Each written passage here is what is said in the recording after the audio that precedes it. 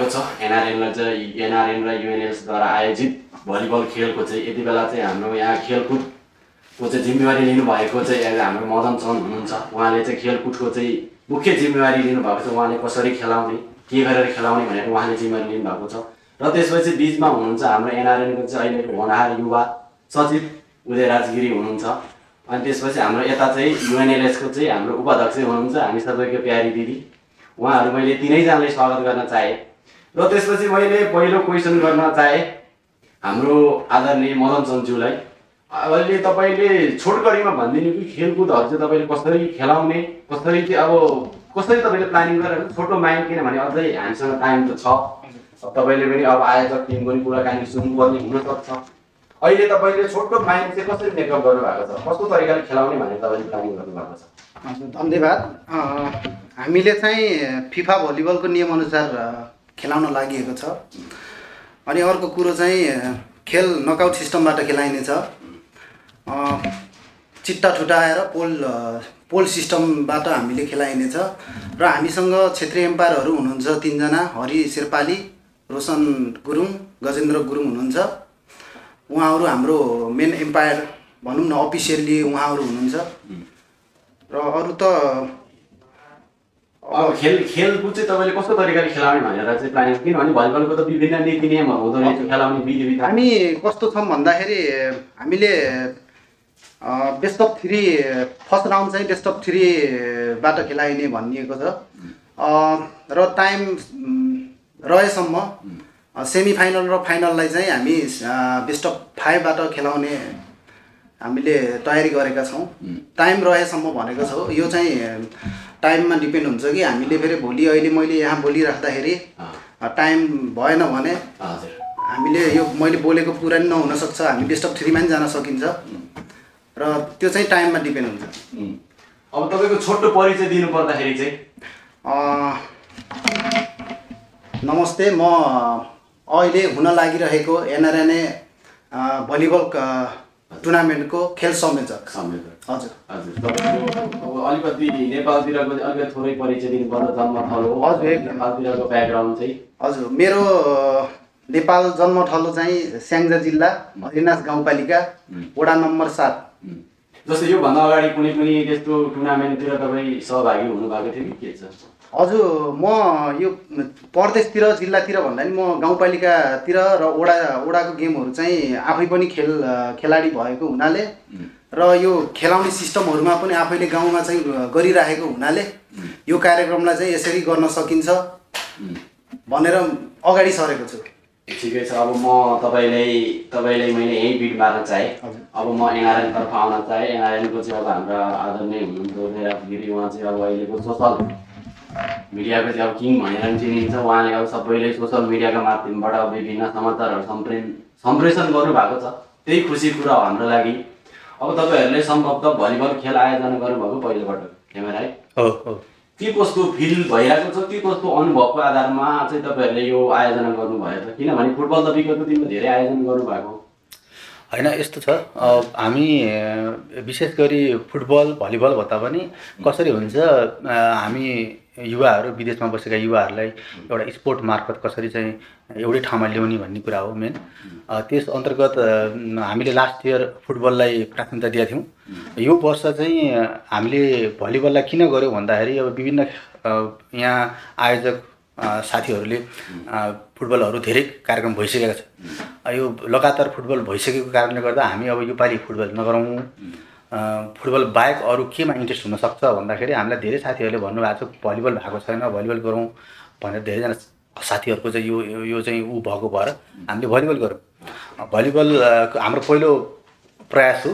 अब हेरौँ के हुन्छ। सकेसम्म राम्रो बेस्ट दिने अप्सन कोसिस गरिरहेछौँ। हामीसँग टिम पनि राम्रो छ। त्यस्तै गरी हामी आयोजक एनआरएन पोल्यान्ड युएनएलएससँग एउटा संयुक्त रूपमा चाहिँ आयोजन गर्दैछ। यो हाम्रो चाहिँ एउटा मिठो एउटा एक्सपिरियन्स हुँदैछ।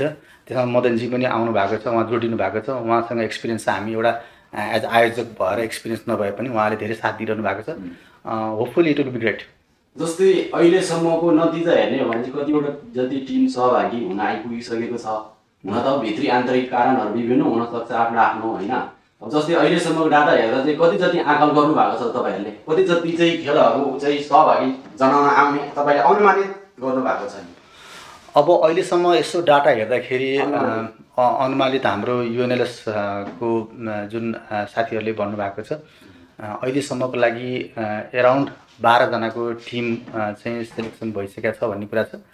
अब अझ पनि हामीले सकेसम्म कुनै पनि टिम नछुटोस्, सबैजना सहभागी होस् भन्ने हेतुले नै हामीले यो समय पनि केही लम्बाउने कोसिस गरिरहेका छौँ। समय त आजै हेर्ने त अन्तिम आज अन्तिम हो, तर हामीहरू आज बैठकले चाहिँ एउटा निर्णय गरेको छ यसलाई अझै कति 2-3 दिन सारेर अब हाम्रो छिट्टै अफिसियल्ली इन्फर्मेसन पनि आउँछ हाम्रो पेजबाट, सायद 11 तारिकसम्म हुन्छ। जस्तै अब विगतको दिनमा त एनआरएन भन्ने एउटा संस्थाले आफै एउटा व्यक्तिगत हिसाबमा कार्यक्रम आयोजना गर्नुभएको थियो। यो पटकमा चाहिँ अब युएनएलएससँग चाहिँ तपाईँहरूले सहकारी गरेर गर्नुभयो। यसको मतलब अब तपाईँहरूले अब विभिन्न सोसल मिडियामा प्रतिक्रिया आउने गर्छ। यसको मतलब चाहिँ अब तपाईँहरूको अब संस्थाभित्रकै गडबड भएर हो कि अथवा आउन लागेको संस्थालाई पनि प्रोत्साहन गरौँ, उहाँहरूलाई पनि केही माथि लैजाउँ भनेर सहकार्य गर्नुभएको, यो पनि थोरै प्रश्न गरिदिनु। हेर्नुहोस्, पहिलो कुरो त अब संस्थाहरू को छ के छ भन्दा पनि मेन कुरा हामी नेपाली हो। त्यसमाथि हामी विदेशमा एउटा कुनै न कुनै आर्थिक रूपमा चाहिँ अलिकति आफूलाई अगाडि बढाउनलाई आएका छौँ हैन। व्यवसायिक रूपमा कोही बसिरहनु भएको छ, कोही एउटा चाहिँ कर्मचारी भएर बसिरहनु छ, कोही स्टुडेन्ट भएर बसिरहनु भएको छ। जेनरली हामी नेपाली हौँ, हामी परदेशमा छौँ। अब यो संस्था त्यो संस्था भनेर अब भन्ने समय होइन। हामीले हरेक संस्थालाई समेट्नुपर्छ, हरेक संस्थालाई चाहिँ हामीले चाहिँ अगाडि सार्नुपर्छ। त्यो भएको हुनाले एउटा एनआरएनलाई एउटा केन्द्र भयो जसले पनि एनआरएन भनेपछि चिन्छ।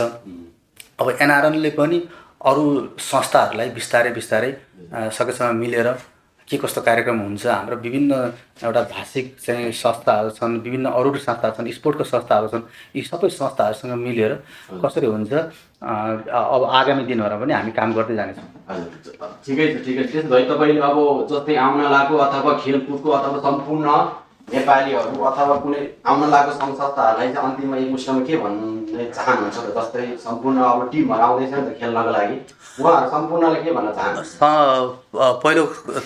पहिलो कुरा त यति धेरै साथीहरू इन्भल्भ हुन चाहनु भएको छ, त्यसले गर्दा हामीलाई धेरै हौसलित बनाएको छ। त्यसको लागि धेरै धेरै धन्यवाद। अझै पनि धेरै इन्क्वायरीहरू आइरहेका छन् धेरै खेलाडीहरूको चाहिँ तर्फबाट। एउटा चाहिँ हामीले 8-10वटा टिम हुन्छ होला म्याक्सिमम भन्ने सोच्दै अहिले एराउन्ड 12वटा टिमको चाहिँ लगभग कन्फर्म हुने भएको छ। भनेपछि हामीलाई यसले चाहिँ धेरै हौसला प्रदान गरेको छ। अझै पनि हाम्रो साथीहरूले चाहिँ फोन गर्दै हुनुहुन्छ टाइममा। त्यो हिसाबले हेर्ने हो भने हाम्रो खेलप्रति युवाहरूको कति इन्ट्रेस्ट छ भन्ने कुरा यसले चाहिँ प्रश्न पार्छ। त्यही भएर हामीले खेललाई हामीले कहिले पनि अलग राख्न सक्दैनौँ। त्यो भएको हुनाले सम्पूर्ण टिम सम्पूर्ण खेलाडीहरूलाई पहिलो कुरा त मेरो आफ्नो तर्फबाट र हाम्रो पुरै पनि युएनएलएस हामी सबै संयुक्त रूपमा आयोजना गर्दैछौँ। यो आयोजकको तर्फबाट सम्पूर्ण टिम सम्पूर्ण खेलाडीहरूलाई शुभकामना दिन चाहन्छु। हुन्छ, मैले अब यो चाहिँ एउटा क्वेसन चाहिँ अहिले मलाई धेरै क्वेसन आकारमा मैले एउटा तपाईँलाई जोड्न चाहेँ। यो चाहिँ खेलकुदभन्दा बाहेकको हो। जस्तै हाम्रो विगतको दिनमा भर्खरै मात्रामा चाहिँ हाम्रो एउटा घुम्ती टोली सम्पन्न भएको थियो पासपोर्टको। अहिले मलाई 1-2जनाले मेसेज गरेको छ कि पासपोर्टहरू आउने अवस्था के छ, के जानकारी आएको छ कि तपाईँहरूले बुझ्दिन्न भनेको यो 1-2 मिनटमा तपाईँले भनिदिनु छोटो। अब यो हाम्रो तपाईँहरूले एक्ज्याक्टली डाटा क्या, अब किनभने विगतको दिनमा पनि 2 देखि 3 महिना लागेको हामीसँग डाटा छ आउनलाई बनेर। यो पटक पनि के छ तपाईँहरूले त्यस्तो केही फ्याक्ट इन्फर्मेसन आएको छ कि? विशेष त यो हाम्रो अहिलेको कार्यक्रम भनेको खेलकुदको लागि मात्रै हो होइन, खेलकुदलाई नै सीमित राख्नुपर्छ। तर पनि हाम्रो नेपाली सबै नेपालीहरूकै लागि चाहिँ एउटा चाहिने विषयवस्तु भएको कारणले गर्दा सोध्नुभयो, ठिकै छ। हाम्रो घुम्ती सेवाको विषयमा हामी समयमा एम्बेसीसँग सम्पर्क गर्दैछौँ। उहाँहरूले अफिसियल्ली इन्फर्मेसन दिइसकेपछि हामीले यो कुरा सार्वजनिक गर्छौँ। जस्तै भनेपछि हामीलाई विगत दिनमा पनि हामीसँग अब 2 देखि 3 महिना लागेको अनुमान छ। यो पटक पनि त्यति हामीले लाग्छ भनेरै एराउन्ड 3 महिना हामीले हरेक चाहिँ सेवा लिने ग्राहकलाई चाहिँ कम्तीमा 3 महिना चाहिँ कुर्नुहोस् भनेको थियौँ। त्यो भएको भएर अहिले पनि अझै पनि समय छ, त्यही भएर केही धैर्य गर्नुहोस् भन्छु म। हुन्छ, ठिकै छ। म अब यता युएनएसतर्फ आउन चाहेँ। तपाईँले धेरै धेरै धन्यवाद। अब मैले युएनएसको उपाध्यक्षलाई चाहिँ कस्तो फिल भइरहेछ त? तपाईँ एउटा युएनएसको उपाध्यक्ष हुनुहुन्छ, एनआरएन जस्तो संस्थासँग चाहिँ आयोजक भएर काम गर्दै हुनुहुन्छ, के कस्तो छ तयारी पनि?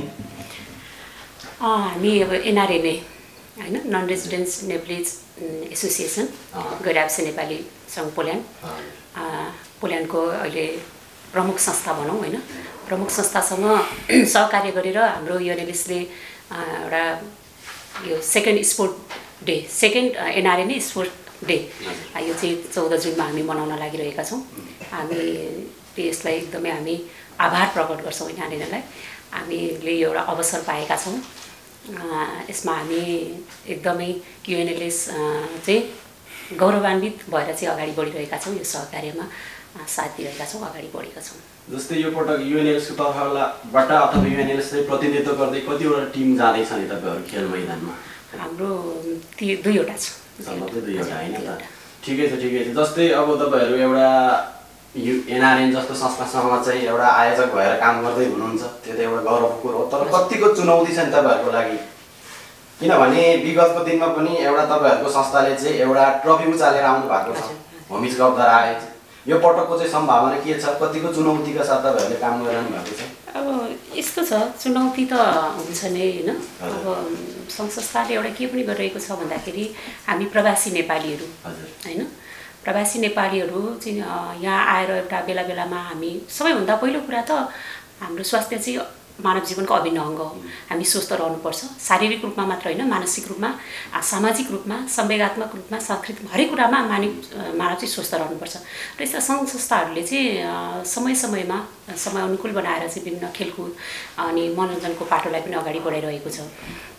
यसले चाहिँ एकदमै प्रभावकारी ढङ्गले चाहिँ काम गरेको मलाई चाहिँ त्यो फिल भएको छ अथवा यो हो पनि होइन। मानव पहिला स्वस्थ रहनुपर्छ र खेलकुदले मानवलाई स्वस्थ पनि बनाउँछ। यो भइरहेको छ बटाबट गरिरहेका छन् विभिन्न सङ्घ संस्थाले।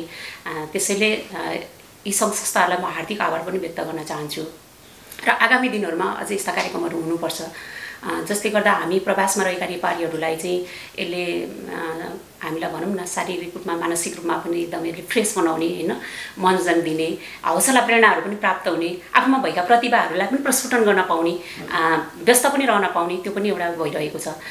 चुनौती त हुन्छ अलिअलि अब कार्यक्रम गरिसकेपछि भनिन्छ नि हिँड्ने मान्छे लड्छ होइन त्यसैले चुनौतीहरू हुन्छन्। ओके अब तपाईँले त्यस भए मैले अन्तिममा सोध्न चाहे अब सम्पूर्ण नेपालीहरूले अथवा सहभागी जनाउन आउने खेलाडी हुन्छ त अन्तिममा? अब हामीले चाहिँ एनआरएनएसँग सहकार्य गरेर यो कार्यक्रम गरिरहेका छौँ। सेकेन्ड एनआरएन स्पोर्ट डे मनाउन लागिरहेका छौँ। यसमा अघि हाम्रो एनआरएन सचिवज्यूले पनि भनिसक्नु भएको छ त्यस्तै गरेर खेल संयोजक मदन भाइले पनि भनिसक्नु भएको छ। हाम्रो चाहिँ त्यो गेम इन्ट्री गर्ने उसमा 12-13वटा कति लगभग आइसकेका छन् आउने क्रम जारी छ होइन। एकदमै हर्षोल्लासका साथ उहाँहरू आउनु भएको छ। आउनुहोस् खेलकुदको चाहिँ भरपुर मनोरञ्जन लिनुहोस् होइन र आफू भनिन्छ नि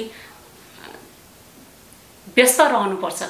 व्यस्तताले पनि मान्छेलाई चाहिँ स्वस्थ बनाउँछ है। हामी प्रवासमा रहेका छौँ कतिपय हामीलाई हुन्छन् मानिसका तनावहरू हुन्छन् कामका तनावहरू हुन्छन् प्रेसरहरू हुन्छन् हामी मानव हो व्यावहारिक जीवहरू हुन्छ हाम्रो भोगाइहरू हुन्छ समस्याहरू हुन्छन् होइन। तर यसले खेलकुदले पनि के गर्छ त भन्दा हामीलाई एउटा रिफ्रेसमेन्ट पनि दिन्छ। त्यसले गर्दाखेरि सबैजना आउनुहोस्। त्यहाँ चाहिँ वार्सामा अहिले भइरहेको छ यो 14 जुनमा सम्पूर्ण नेपालीहरूलाई जसको चाहिँ समय अनुकूल छ भने आउनुहोस् सहभागी हुनुहोस्। खेलकुद क्लबहरू पनि आउनुहोस् सकेसम्म आएर खेलैमा सहभागी हुनुहोस्।